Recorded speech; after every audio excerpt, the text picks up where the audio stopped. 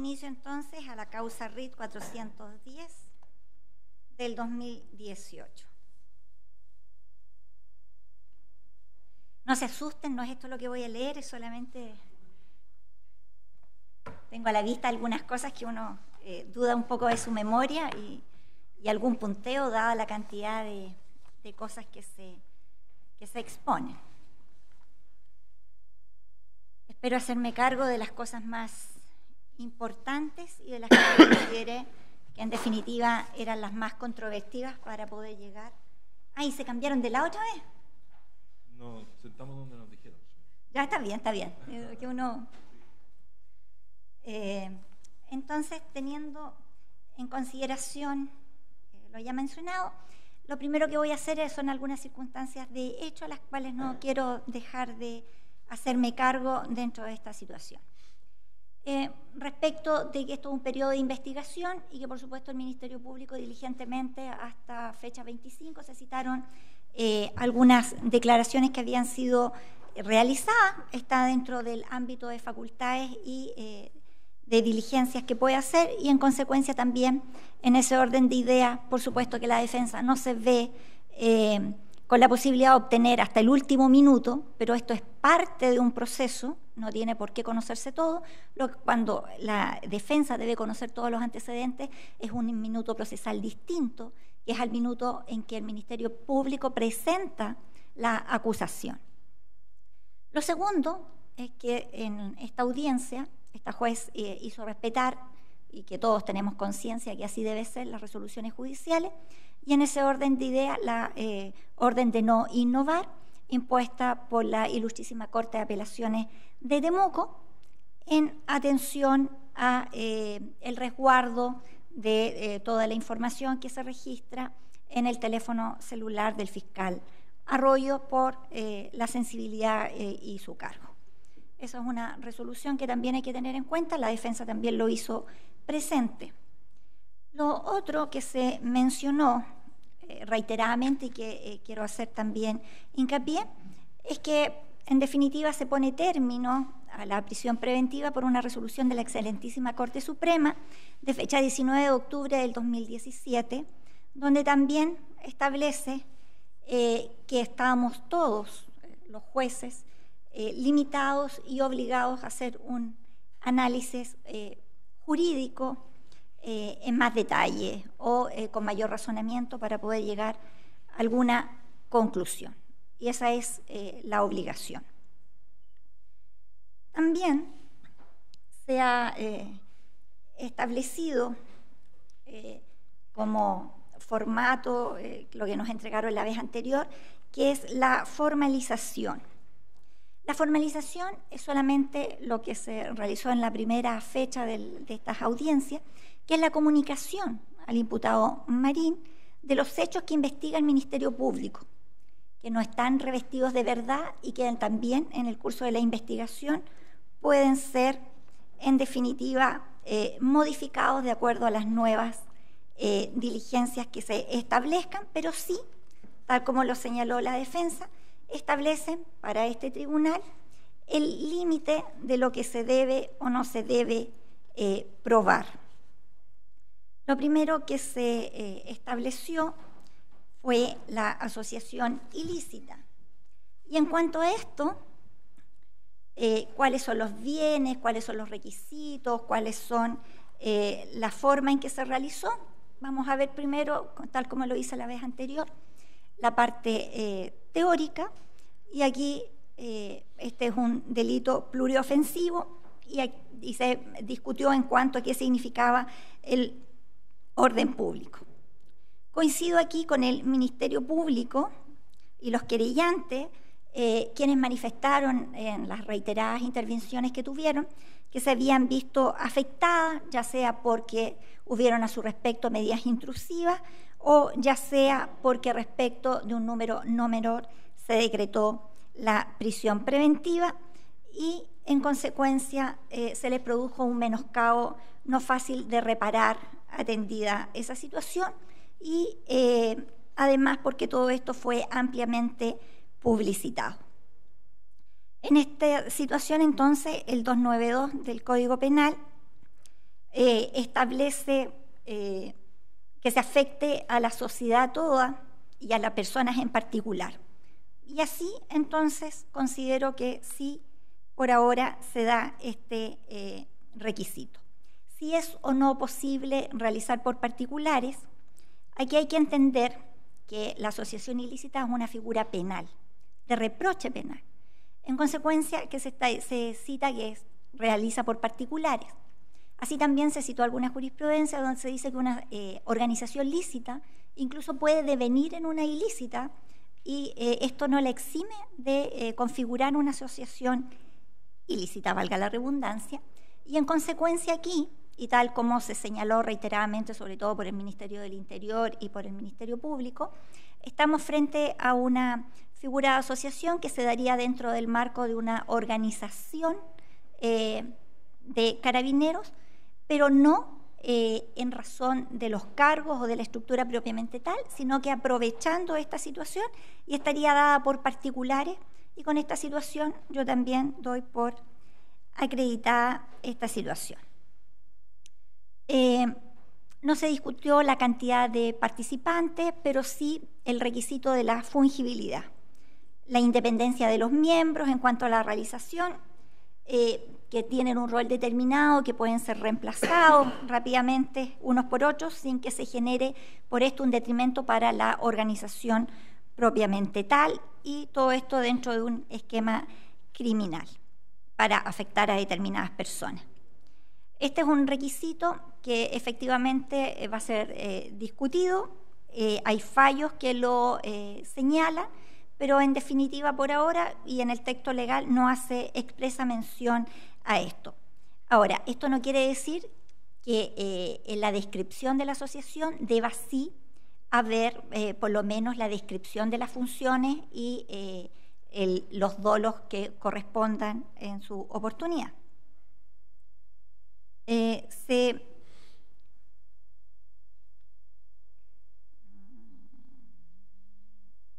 Entonces, que la organización debe ser distinta a la estructura de mando. Aquí se ha señalado por la defensa que artificiosamente se saca al señor Teuber de esta situación para poder establecer una línea de mando distinta, y estableciéndose esta línea de mando distinta y estableciendo una estructura, estaría también dentro de los requisitos que en teoría se exige. Distinto es después lo que vamos a ver respecto de las situaciones de hecho que se plantean.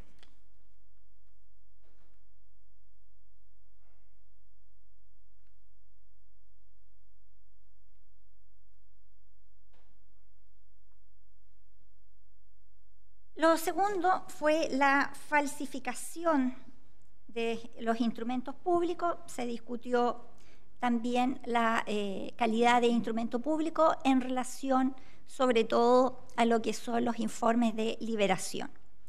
Aquí, y la calidad de ministro de fe dentro de la misma situación. Claro está que estamos dentro de una organización asimilable a funcionarios públicos y por ende con obligaciones de decir verdad en los documentos que se tramitan, y esto principalmente porque hay un tráfico jurídico dentro de la Administración de Justicia. Se nombraron también las fases de la Administración de Justicia aquí, y todo este tráfico administrativo debe ser amparado por una certeza que nos dé cuenta de una veracidad incorruptible. Y eso es lo que se trata de hacer. Cuestión distinta es lo que planteó la defensa, que me voy a hacer cargo más adelante, respecto de cómo se construyen efectivamente estos documentos y cómo se utilizan. Después, dentro de las falsificaciones, también se cuestionó la autoría del número 15, número 3. Está dentro y se dijo que eran delitos de mera actividad, y como delitos de mera actividad también, y considerando que son autores y que es una autoría de falsedad ideológica y no que se haya alterado el documento, El 15 número 3 cabe dentro de esta posibilidad. Lo que sucede es que sube un poco el nivel al establecer requisitos más altos para poder vincular a una persona como autor de este tipo de delitos.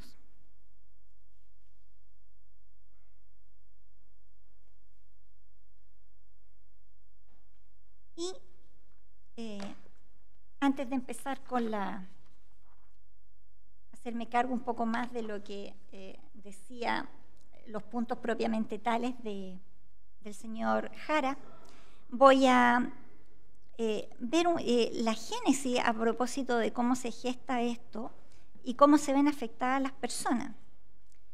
Dice en la página 16 de la formalización: como consecuencia de la información recepcionada con fecha 21 de septiembre, el fiscal González Soto despachó una instrucción particular 741-2017 dirigida al coronel Marcelo Tauber Muñoz, de la oficina UIOE, solicitando la realización de una serie de diligencias tendientes a determinar el paradero de las personas del informe de liberación 130, apodo, nombre de los contactos, establecer vinculaciones y otras diligencias relacionadas con las personas investigadas, relacionar las conversaciones contenidas en el referido informe con la fecha de ciertos hechos de violencia descritos en él o sucesos relevantes, roles de organización y la individualización de sujetos no identificados en el informe. Luego, se sugiere al Ministerio Público gestionar las órdenes de detención, tal como se dijo, y además obtener la autorización judiciales pertinentes para diligencias intrusivas relativas a su domicilio, incautación de especies objeto de ser periciadas informáticamente, y así avalar la existencia de las comunicaciones interceptadas, identificación de otros miembros y neutralizar la operatividad que mantiene este grupo respecto a la perpetración de futuros atentados incendiarios. Pero aquí hay otra parte, dice: agregó, asimismo, solicitó al Ministerio Público realizar otras diligencias indagatorias a objeto de recabar más evidencia en el caso, tales como el levantamiento del secreto bancario, tráfico de llamadas, entre otras. El mismo día 22, no solamente se ven afectadas las 11 personas de las que hemos escuchado reiteradamente, sino que el primer día se pide orden respecto de 18 personas que con un nuevo análisis luego es modificado. Se dejan sin efecto. Estas son situaciones de hecho que se establecieron.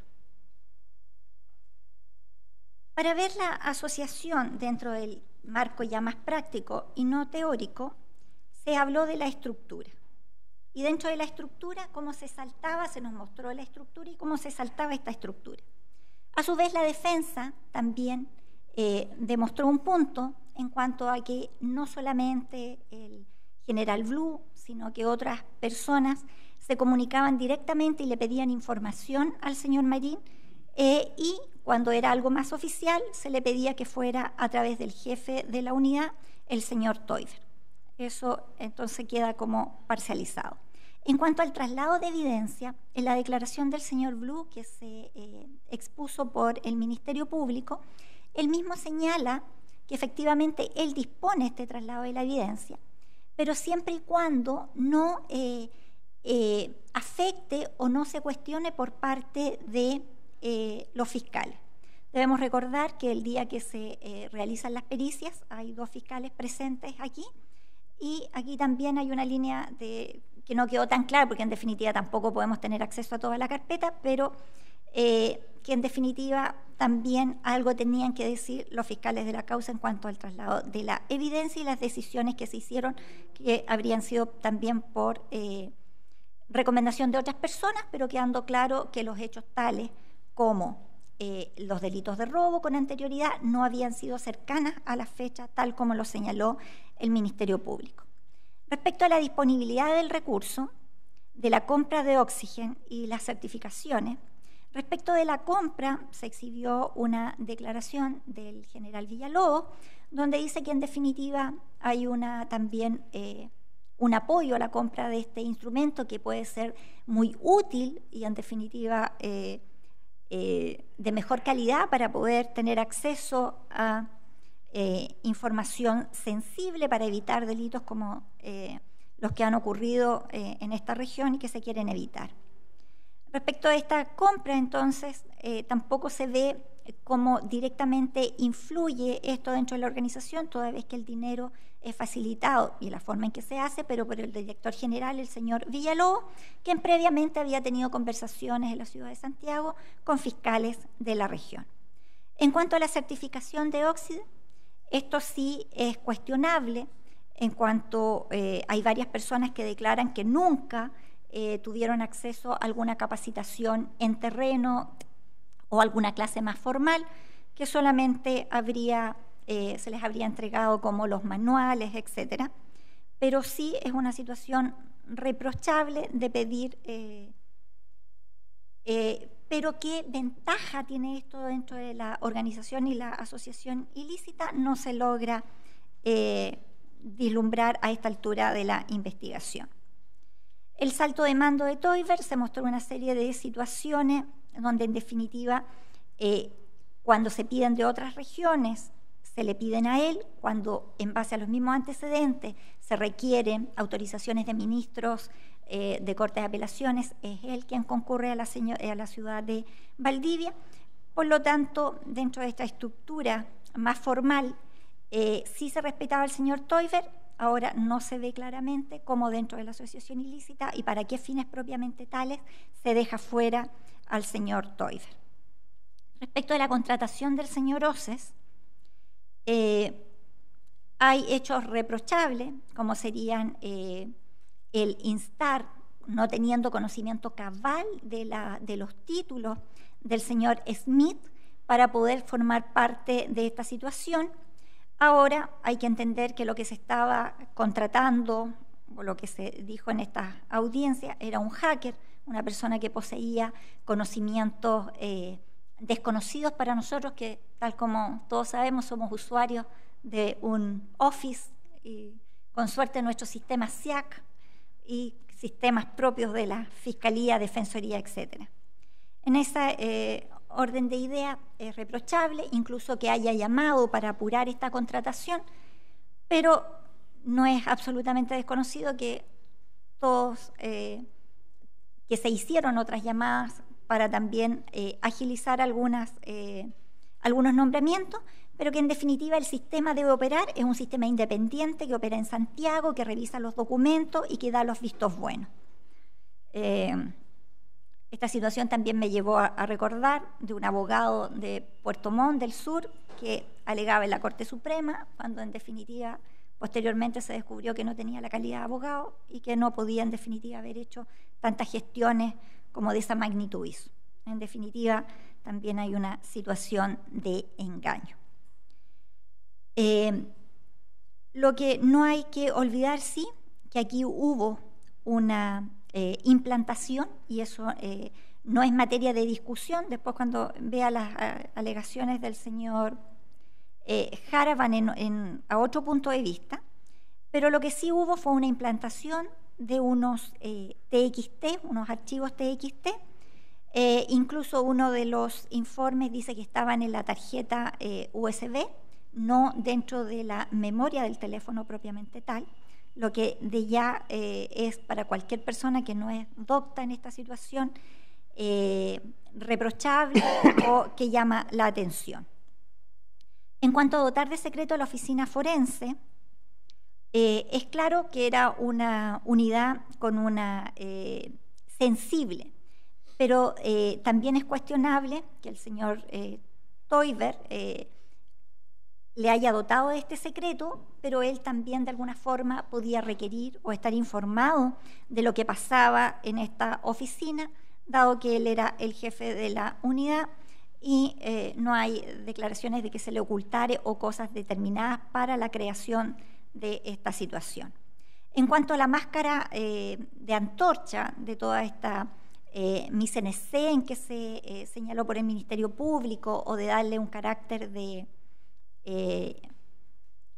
credibilidad a todo este sistema y a esta creación del señor Smith, parte de una base de solicitud del general Blue que se implementa ni siquiera por el señor Marín, se implementa en una oficina en Santiago, donde también hay algunos resquemores, pero ellos lo único que hacen es crear esta, entre comillas, parafernalia para hacer más creíble la antorcha.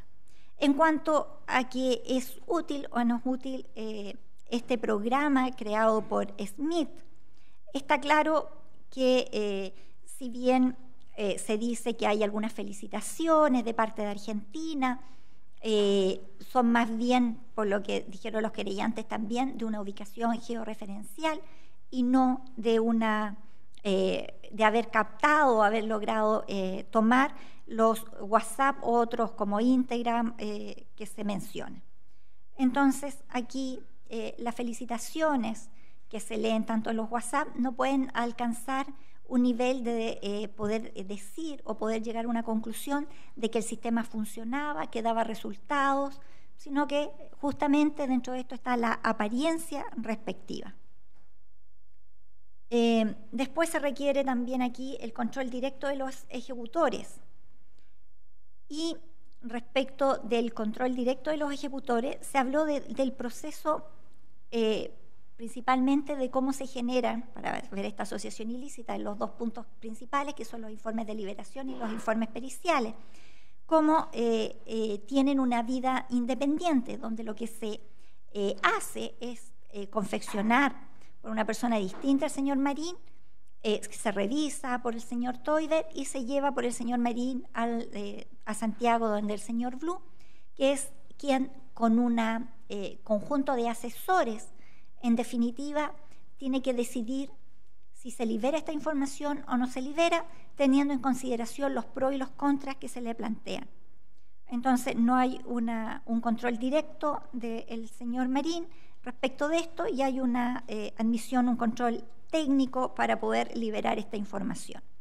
Respecto a cómo se libera esta información, también tenemos que tener presente que se liberan tanto para la 9ª región como para la 10ª región, llevando a procedimientos distintos, donde aquí se utiliza en forma inmediata para poder pedir medidas intrusivas y las órdenes de detención derechamente, y donde en la región del Biobío se utiliza para llevar información y recabar mayor información para poder comprobar esta situación.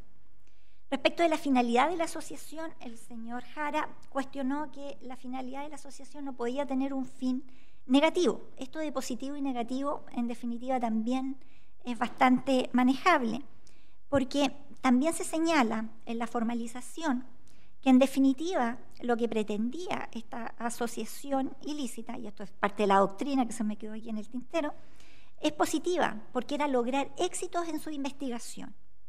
Y ahí está, por ejemplo, que llevan varios años investigándose delitos sin tener resultados, y está el WhatsApp que se leyó por parte de la Fiscalía, donde se hace mención a, entre comillas, cagar a estas personas para poder obtener a los responsables.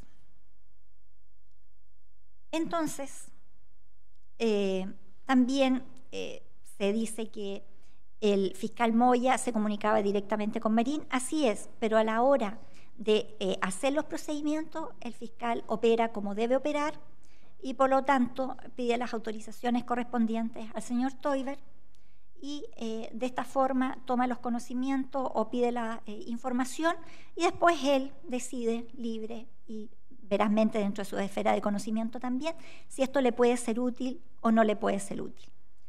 En cuanto a la mantención de OCEs, con el voto en contra de la resolución, se leyeron las fechas.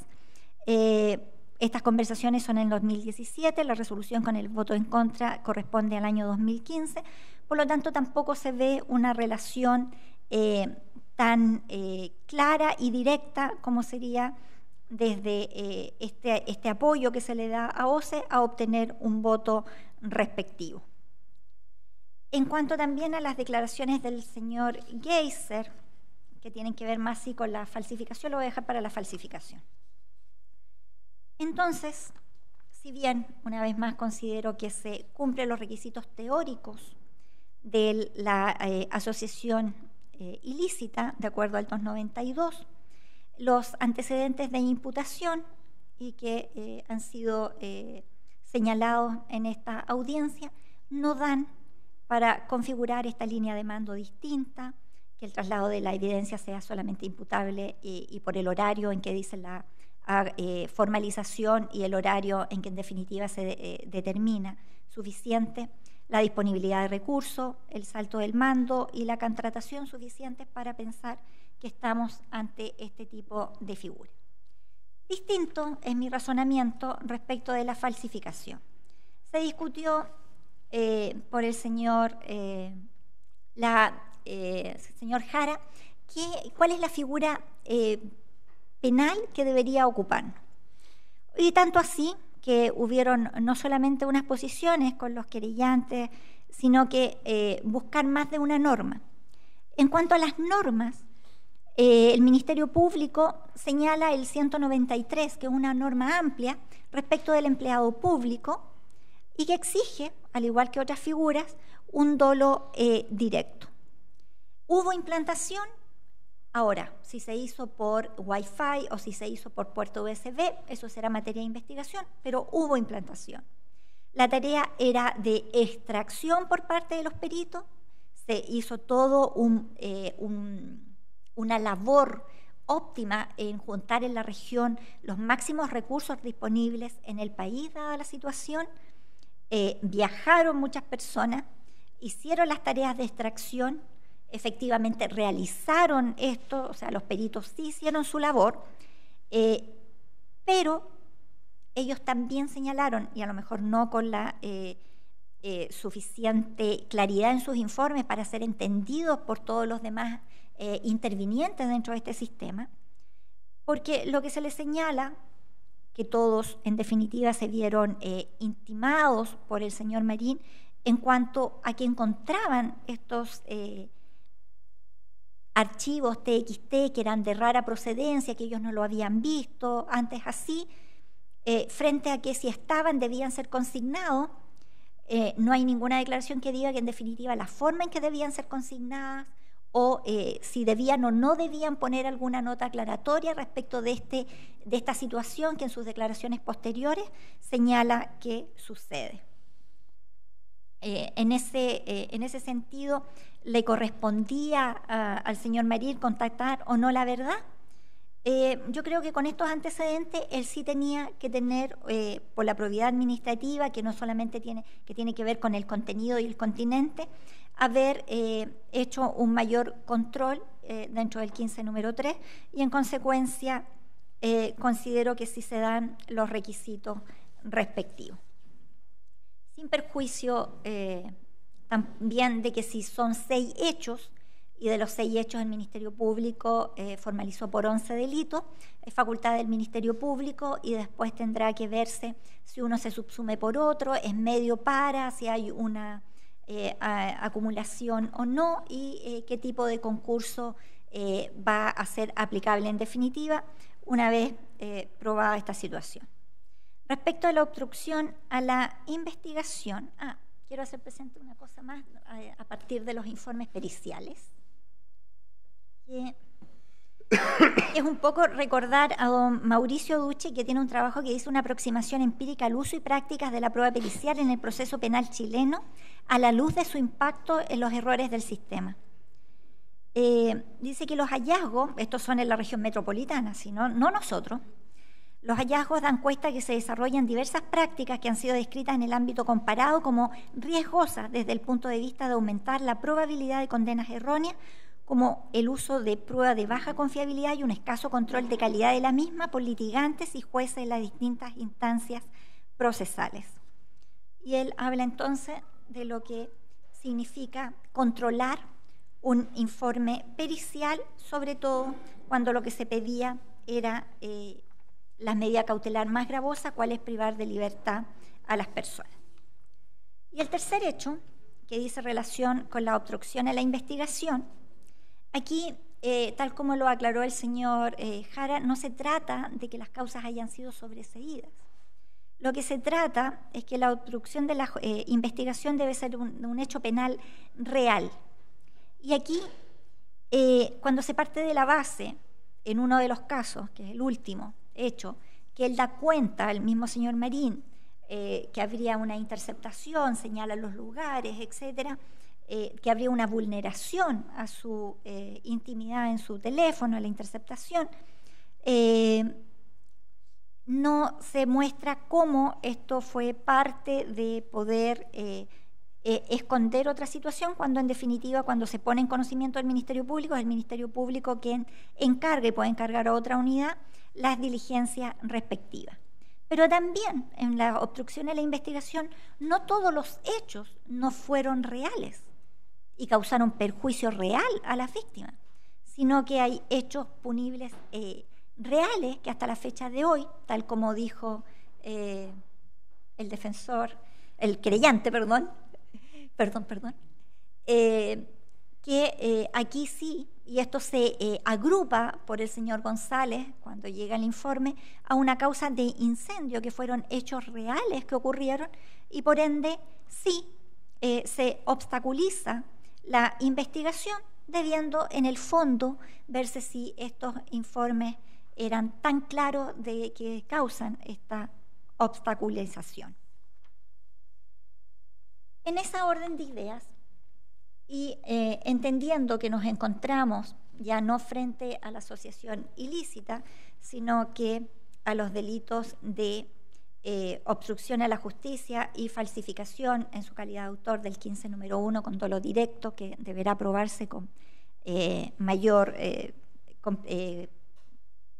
fuerza durante el curso de la investigación, y teniendo presente que el imputado, sin que pueda gustarnos o no su actuar dentro de la región y su relación con los comuneros mapuches, los medios de prensa, la Fiscalía, la Defensoría y los defensores privados, goza de irreprochable conducta anterior, ese es un hecho objetivo.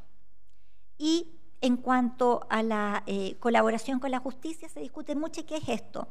En principio, la calificación en un procedimiento abreviado le corresponde exclusivamente al Ministerio Público, pero lo cierto es que el señor Marín entregó uno de sus teléfonos celulares, no voy a entrar, también es parte de la investigación, cuántos más chips tenía en su poder, cuántos teléfonos ocupaba o con quién más se comunicaba, pero el teléfono iPhone 4, si mal no recuerdo, fue entregado con las claves, y claramente lo que se entrega con posterioridad y una vez requerida por la Policía de Investigaciones son las claves de la iCloud, que todos conocemos en el sistema Mac.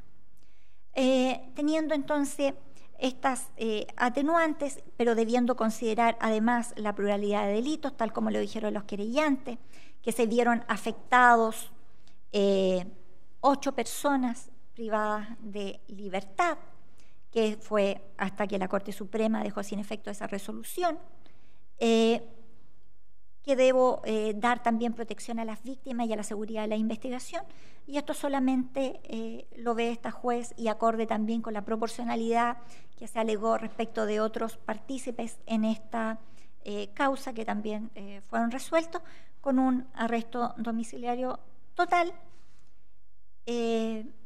y con las medidas que igualmente se le impusieron al señor Blue en dicha oportunidad, que fue el arraigo nacional, la prohibición de tener cualquier medio de contacto con cualquier persona que tenga que ver con la investigación, sobre todo dentro del mando y la comandancia, y en el domicilio que tiene registrado en el tribunal y que fue dado por su abogado. Esa es la resolución. ¿Plazo de investigación va a ser común? Común propone el Ministerio Público, señoría. Perfecto, señor Jara. Atendido a la razonabilidad que hay en que este plazo ya está fijado, prefijado, creo que es inútil discutir sobre el punto. Creo que el plazo común es el que debe imperar. El plazo común que ya se fijó en lo que resta de tiempo que corre. En lo que resta. En lo que resta. Señoría, esta defensa tiene una petición respecto de precisamente de las copias de investigación. No quiero ser majadero y no quiero tampoco avasallar ni pasar a llevar las facultades del Ministerio Público, pero como su señoría es juez de garantía y principalmente debe garantizar el derecho a defensa del imputado, teniendo presente que hay una resolución que lo somete a una medida cautelar importante, que es el arresto domiciliario total, es indispensable, su señoría, que esta defensa posea el tenor de cada una de las declaraciones que de la fecha 25 de octubre. Claro, que me quedó claro, yo lo señalé al principio. Eso es lo que esta defensa viene a solicitar, que su señoría ordene que el Ministerio Público haga, o sea, que me entregue esas declaraciones, su señoría. Y además no tan solo esas, sino todas las que tengan hasta esa fecha. Porque hay declaraciones que constan, que se tomaron y que son importantes para la defensa por un posible y eventual recurso de apelación. Por supuesto. ¿Cuáles son los términos porque la Fiscalía también tiene un sistema para pedir copias? ¿Cuántos días demora eso? El procedimiento estándar sería para todos los intervinientes. Si el señor Jara quiere las copias, tiene que solicitarlas y dentro de la semana se le van a entregar las copias que estén disponibles. Eso es así, pero tiene que solicitarlo. Y ¿Cómo se llama el sistema SIUS? Sí, el sistema SIAU, pero en la práctica lo que tiene que hacer el señor Jara es pedir las copias y se le van a liberar como se liberan a todos los intervinientes una vez a la semana. Cada vez que la solicitan. Una vez a la semana. Sí, claro. Ya, independientemente de esto, el señor Jara ha hecho uso de su derecho a pedirlas el día de hoy. Entonces, dentro de la semana también estarán del próximo lunes a disposición. Es que el próximo lunes voy a tener seguramente el Ministerio Público va a apelar. Ya, entonces el próximo viernes para que pueda tener... Gracias, señoría. La medida cautelar regresa a su representado para que vaya a estar en el domicilio para que sea controlado. ¿Por qué unidad? ¿Por qué unidad controla? Fuerza de Atención. ¿Qué unidad controla en Santiago? ¿Alguna especial? No me acuerdo. Parece que el señor Palma me... ¿Lo vemos después para poder oficiar? Señoría, tengo otra petición. Porque para evitarme estar presentando escritos. No es mi idea tener que resolverle todo. Esto lo entiendo porque eran declaraciones que se vieron en la audiencia y entiendo que esto va a ser recurrido y que usted lo necesita. Solamente si es de tal magnitud, plantéemelo, porque si no le voy a decir que no. no, sin escucharlo, pero no es para discutirlo hoy día, le puedo fijar día y hora. No, simplemente era que usted autorizara desde ya que para el día de la vista de la causa, como ya el Ministerio Público anunció que iba a apelar de esta resolución, ¿sí? Que el día de la vista de la causa pueda estar mi representado acá en Temuco, que es preciso porque es un derecho de él y además de ser asistido por esta defensa. Por supuesto, para todas las actuaciones judiciales que tengan que ver con la Ilustrísima Corte de Apelaciones o con las audiencias que se generen a partir de esta causa y que tengan relación con su imputado y que usted comparezca, está autorizado y justificada su ausencia de su domicilio por el lapso estrictamente necesario para el traslado y la duración de las audiencias, no es para venir de vacaciones. No, Ya, es que yo siempre lo hago así con todos los intervinientes, explico que son de lunes a domingo, se incluyen los feriados. Entiendo que aquí estamos con un abogado que usted le va a explicar, pero prefiero que las resoluciones sean lo más claras posible para evitar cualquier tipo de situación distinta. Y lo último, copia de registro de audio. Todos copia del registro de audio con los soportes respectivos. Señoría, perdón, para la debida inteligencia en la resolución de su señoría, el arresto domiciliario total, ¿dónde fue decretado? En la ciudad de Santiago, en el domicilio que tiene registrado en el sistema computacional. No tengo el sistema computacional a la vista, lo revisaré. ¿El imputado puede dar su domicilio? Mejor todavía, ¿ya? Alcalde José Luis Infante Larraín, 1464, Casa 52, Maipú, Santiago. Y en ese sentido, señoría, porque esa no era, lo relevante era, ¿en qué términos se dio la autorización? Porque se acaba de dar una autorización. No entiendo en base a, primero, voy a solicitar el fundamento legal de que se le dio esta suerte de permiso para poder comparecer ante la Corte de Apelaciones de Temuco. Y de ser así, la precisión temporal de este permiso que usted le ha dado al imputado que está con arresto domiciliario total en la ciudad de Temuco. Por eso donde fue. hay una diligencia que no tiene ninguna necesidad de comparecencia. Pero tiene derecho como imputado. Porque en definitiva, como siempre se dan, lo partí por la cosa práctica. Y sí dije el tiempo es estrictamente necesario para el viaje, la audiencia y el retiro. Eso. En su oportunidad, cuando se fije la audiencia de la Corte, porque están anunciando, están solicitando sobre la base de, Es como el derecho que tiene el imputado a relacionarse con su abogado, que se le da la autorización respectiva. Entiendo entonces que Solo cuando esté en tabla y para verse el recurso en la medida. ¿Una nueva resolución de su señoría? No, en los mismos términos. Usted me pide que la complemente. Yo le dije solamente para efectos de las audiencias en la Corte de Apelaciones y en este tribunal que requieran su presencia o que digan relación directa con su situación procesal. Ese fue los términos en que la dicté.